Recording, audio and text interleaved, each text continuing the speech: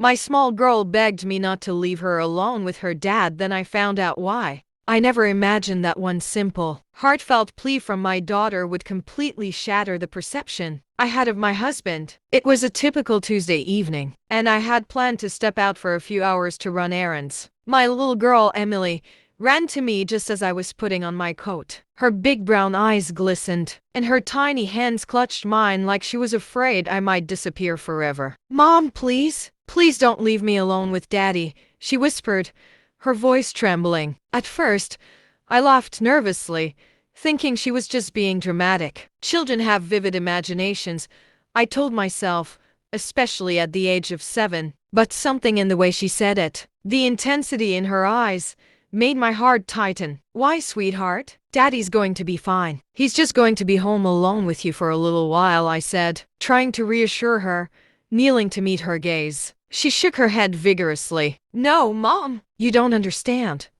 He gets scary sometimes. I don't like being alone with him." My stomach sank. "Scary?" I echoed softly. "Emily, what do you mean?" She looked down at her shoes, fidgeting with the hem of her dress. He yells, and sometimes he gets mad at me for no reason. And I don't want to be alone." Her words, innocent as they sounded, sent a chill down my spine. I had noticed my husband, David, becoming more irritable over the past few months, but I had attributed it to work stress and fatigue. Never had I imagined that Emily, my sweet, cheerful daughter, would feel threatened by him in her own home. I decided I needed to understand what she meant. "Show me, Emily. Show me what he does," I said gently, taking her small hands into mine. She hesitated, but eventually, she led me to the living room where her father often spent his evenings. The first thing I noticed was the tension in the air, a heaviness I had never consciously registered before. Emily froze at the doorway. "This is where it happens," she whispered. My heart pounded as I scanned the room, trying to find anything that would make her fears make sense. I couldn't see any physical signs of danger, but the way Emily's small body trembled was proof enough that something was very wrong. The following days were a blur. I began paying closer attention to David's behavior when I was around. I noticed the subtle things first. The way his eyes would narrow when Emily asked a question he didn't like, how his voice would drop an octave and take on a sharper edge when he addressed her, and the sighs and mutters that escaped him whenever she accidentally knocked over a cup or made a noise he found annoying. Then it escalated. One evening, I returned home earlier than planned to find Emily curled up on the couch, clutching a pillow to her chest,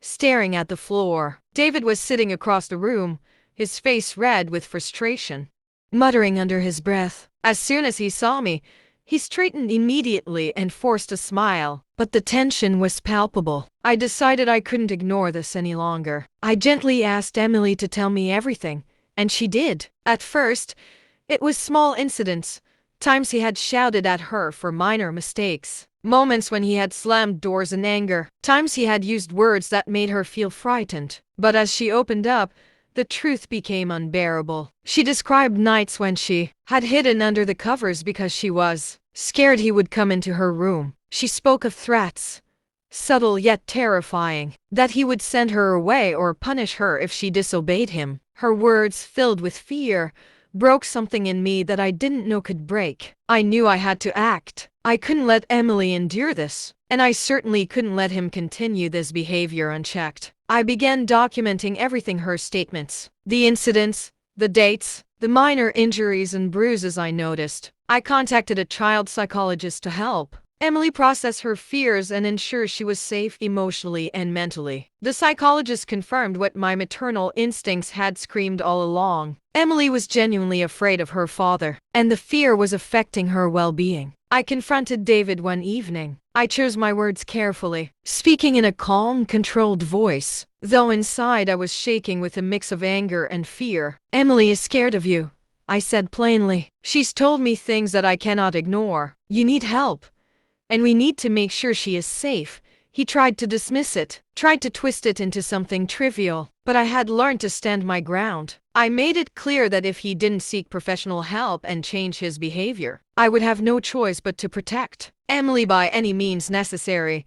The weeks that followed were tense. David reluctantly agreed to attend therapy sessions with me and Emily. At first, he resisted, dismissing everything as overblown. But slowly, through guided sessions and counseling, the cracks in his temper became evident. He had grown up in a household where yelling and intimidation were normal, and he had unconsciously repeated these patterns with Emily, understanding. This didn't excuse his behavior, but it explained it. With time, therapy helped. David began to recognize his triggers, learned healthier ways to express frustration, and most importantly, realized the impact his actions had on Emily. For her part, Emily began to feel safer, her laughter slowly returning, her anxiety decreasing. I made it a point to always listen to her, validate her feelings, and ensure she knew that she could always come to me. The bond we strengthened during this period became a shield, a protective cocoon against fear and uncertainty. Looking back, I realized that Emily's plea was not just a cry of fear, it was a call for help.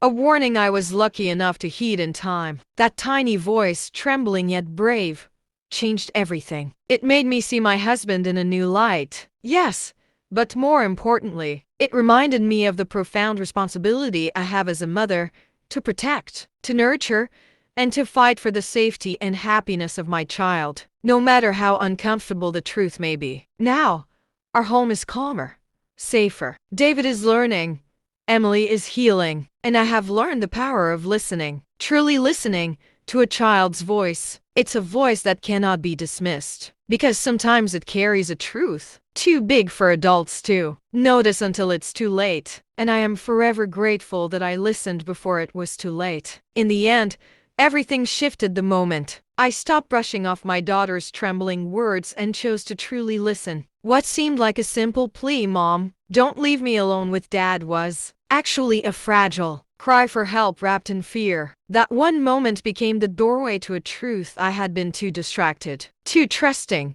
and too hopeful to see. Realizing that Emily had been silently carrying fear inside our own home broke something deep within me, but it also awakened a strength I didn't know I had. Confronting David, seeking help, and facing the uncomfortable truth were not easy steps. There were tears, arguments, guilt, and moments when I questioned everything. But as a mother, I understood that protecting my child mattered more than preserving anyone's pride. Through therapy, patience, and difficult conversations, David began to understand the weight of his behavior, and slowly, very slowly, change began. Emily's healing was my greatest priority. Watching her return to her playful self, seeing her sleep peacefully, and hearing her laugh again showed me that every difficult decision was worth it. She learned to trust, to speak up, and to believe that her voice matters. And I learned that motherhood requires bravery not just in moments of joy, but especially in moments of truth. This journey taught me that children often speak the truth adults overlook. Sometimes their small voices carry warnings big enough to save an entire family. Listening to Emily didn't just protect her, it saved us all.